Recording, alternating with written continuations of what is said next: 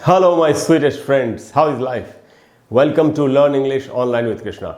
Learn English Online with Krishna में आपका स्वागत है दोस्तों। अच्छा दोस्तों, जब भी हम हिंदी में बात करते हैं तो इस तरह के सेंटेंसेस हम बोलते हैं। मारना, जैसे थप्पड़ मारना, आंख मारना, पोछा मारना। अच्छा दोस्तों, हिंदी में तो एक ही वर्ड है मारना, लेकिन इंग्लिश में इन सब के लिए अलग अलग वर्ड्स या टर्म्स या फ्रेजेस इस्तेमाल होते हैं। अगर हम इनको सबको सीख लें तो हमको इंग्लिश बोलने में थोड़ी सी और भी आसानी होगी। तो आज की क्लास में दोस्तों हम यही सीखने वाले हैं कि ये जो तरह तरह का मारना है, थप्पड़ मारना, पोछा मारना, आंख मारना, चाकू मारना, इनको इंग्लिश में क्या बोलते हैं। बहुत ही यूज़फुल क्लास है दोस्तों आपके लिए। अगर आपने इन सारे टर्म्स को ठीक से सीख लिया तो आपको इंग्लिश बोलने में बड़ी आसानी होगी। तो आपको ध्यान से एंड तक पूरे वीडियो को देखना चाहिए और इन सारे टर्म्स को अच्छी तरह से सीख लेना चाहिए, जिससे कि आप आसानी से इंग्लिश बोल सकें। आज का जो टॉपिक है दोस्तों हमारा वो है मारने को इंग्लिश में क्या कहते हैं, यानी तरह तरह के मारने को, जैसे थप्पड़ मारना, आँख मारना, जैसा मैं आपको बता रहा था। एक एक करके सारे टर्म्स को सीखते हैं दोस्तों। पहला टर्म है थप्पड़ मारना। थप्पड़ मारना, उसने मुझे थप्पड़ मारा, मैंने उसे थप्पड़ मारा। इंग्लिश में कैसे बोलेंगे? तो दोस्तों ये है स्लैप समवन। समवन दोस्तों उदाहरण के लिए लिखा है, जिसको थप्पड़ मारा जाएगा उसका नाम यहाँ पर आएगा। स्लैप समवन का मतलब है किसी को थप्पड़ मारना। अगर आपको बोलना हो मैंने उसे थप्पड़ मारा तो आपको कहना चाहिए आई स्लैप्ड हिम।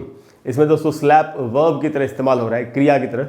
तो जैसे किसी भी वर्ब का रूप आप बदल सकते हैं टेंस के हिसाब से या सब्जेक्ट के हिसाब से, वैसे आप स्लैप का रूप बदल सकते हैं। स्लैपिंग, स्लैप्स कैसे भी यूज़ होगा, जैसे कोई भी वर्ब अपने पांचों फॉर्म्स में यूज़ होता है। अच्छा दोस्तों, वैसे स्लैप नाउन भी होता है और उसका मीनिंग होता है थप्पड़। लेकिन जब थप्पड़ मारने की बात होगी, क्रिया, तब ये वर्ब की तरह यूज़ होगा और तब स्लैप का मीनिंग होता है थप्पड़ मारना।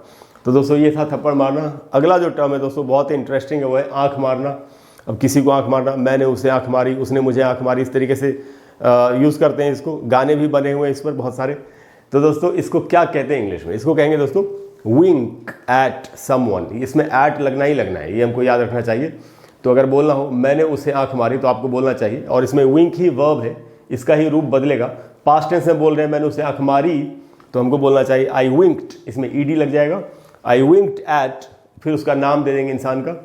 नहीं तो प्रोनाउन यूज़ कर सकते हैं, आई विंक्ड एट हर या शी विंक्ड एट मी, इस तरीके से यूज़ होगा। तो विंक एट समवन का मतलब है किसी को आंख मारना। उसके बाद दोस्तों जो अगला टर्म है हमारा, ये है चाकू मारना। अब ये थोड़ा सा वैसा टर्म है, बट सीखने के लिए हमको सीखना पड़ेगा।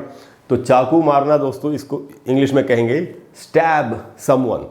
स्टैब जो वर्ड है दोस्तों, ये कोई भी नुकीली चीज़ अगर किसी को भोंक दी जाए पूरे शरीर में कहीं पर भी, तो उसको स्टैब कहते हैं। लेकिन जनरली चाकू मारने से हम रिलेट करते हैं कि चाकू ही मारा होगा, तो इसीलिए चाकू मारने को स्टैब समवन बोल सकते हैं। अदरवाइज जैसे मैंने आपको बताया, स्टैब का मतलब होता है, एक्यूरेट मीनिंग होता है किसी भी नुकीली चीज़ को किसी को भी भोंक देना, इसको स्टैब कहते हैं। तो दोस्तों चाकू मारना, स्टैब समवन। जैसे अगर बोलना हो कि चोरों ने उसे चाकू मार दिया तो बोलेंगे थीव्स, यानी चोर, थीव्स स्टैब्ड हिम, या आई स्टैब्ड हिम, ही स्टैब्ड मी, इस तरीके से इसको यूज़ कर सकते हैं। तो दोस्तों ये था चाकू मारना। उसके बाद दोस्तों पोछा मारना। अब पोछा मारना, अच्छा दोस्तों पोछा कहाँ मारेंगे? फर्श पर मारते हैं, तो इसीलिए इसको इंग्लिश में बोलेंगे वाइप। वाइप का मीनिंग है पोछा मारना। द फ्लोर, फ्लोर का मतलब है फर्श, फर्श पर ही पोछा मार सकते हैं, इसलिए मैंने फ्लोर लिख दिया यहाँ।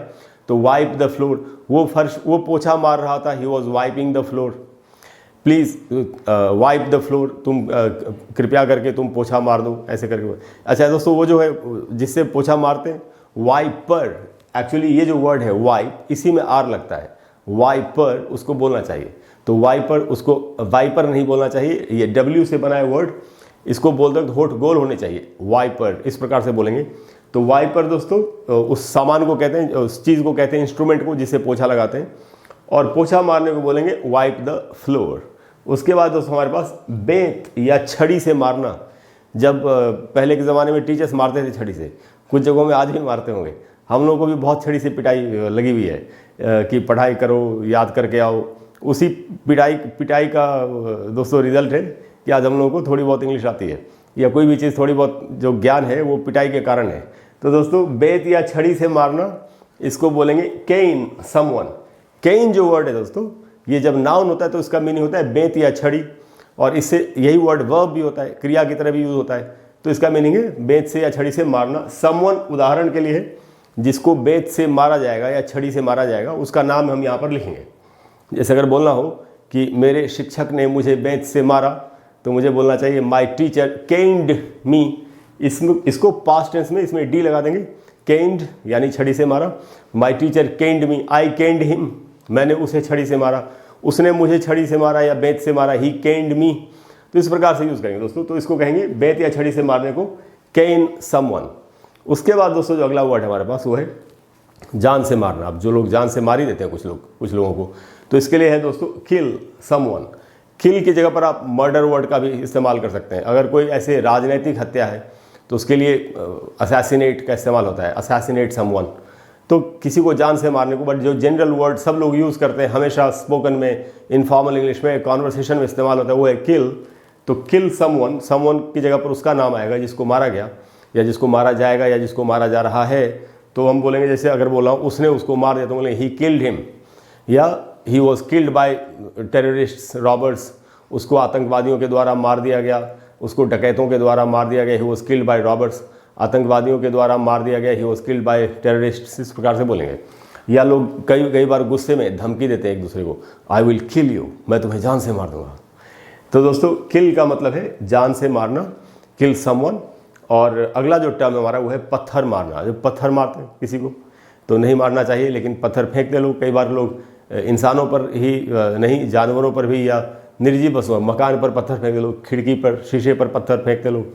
तो ये जो कहीं पर भी पत्थर फेंकेंगे उसके लिए हमको जो टर्म इस्तेमाल करना चाहिए वो है थ्रो स्टोन्स एट समबॉडी और समथिंग। थ्रो का मीनिंग है फेंकना, स्टोन का मीनिंग है पत्थर। तो थ्रो स्टोन्स, एक पत्थर तो फेंकते नहीं, एक से ज़्यादा पत्थर फेंकते, इसलिए इसमें एस लगाया मैंने, throw stones at someone. Someone का मतलब है किसी के ऊपर। अगर किसी चीज़ के ऊपर फेंकेंगे तो यहाँ समवन की जगह पर समथिंग का इस्तेमाल होगा और वहाँ पर उसका नाम आएगा जिसके ऊपर पत्थर फेंका गया। जैसे अगर बोला हूँ कि उसने मेरे ऊपर पत्थर फेंका तो हमको कहना चाहिए ही थ्रू, थ्रो का पास्ट टेंस बनता है through, he throws stones at me. अगर बोल रहा हूँ उसने मेरे मकान पर पत्थर फेंके तो हमको कहना चाहिए he throws stones at my house. इस प्रकार से इसको सेंटेंस में यूज़ करेंगे। या आप किसी को बोल सकते हैं कि उस कुत्ते के ऊपर पत्थर मत फेंको। अगर कुछ बच्चे हैं जो पत्थर फेंक रहे हैं तो आप बोल सकते हैं don't throw stones at that dog. तो इस प्रकार से सेंटेंस में यूज़ करेंगे। तो थ्रो स्टोन्स का मीनिंग है दोस्तों, थ्रो स्टोन्स एट समवन का मीनिंग है किसी के ऊपर पत्थर फेंकना। उसके बाद दोस्तों पत्थर मारना। उसके बाद दोस्तों फूंक मारना। जब फूंक मारते हैं और गुब्बारा वगैरह जब हवा भरते हैं गुब्बारे में, तो ये फूंक मारने को क्या बोलेंगे इंग्लिश में? तो ये दोस्तों ब्लो अप समथिंग। अब ब्लो समथिंग भी बोल सकते हैं और ब्लो अप भी बोल सकते हैं। ब्लो अप के साथ ज़्यादा इस्तेमाल होता है। तो ब्लो अप समथिंग, समथिंग की जगह पर उस चीज़ का नाम आएगा जिसमें फूंक मारी जा रही है। तो अगर गुब्बारे में फूंक मारी जा रही है तो हम बोलेंगे ब्लो अप अ बलून या ब्लो अप बलून्स, अगर एक से ज़्यादा है तो। जैसे कोई किसी से कहीं पर पार्टी होने वाली है, कोई किसी से कह रहा है कि सारे गुब्बारों में फूंक मारो, हवा भरो, तो आप बोल सकते हैं please blow up all the balloons, या he was blowing up balloons, वो गुब्बारों में हवा भर रहा था।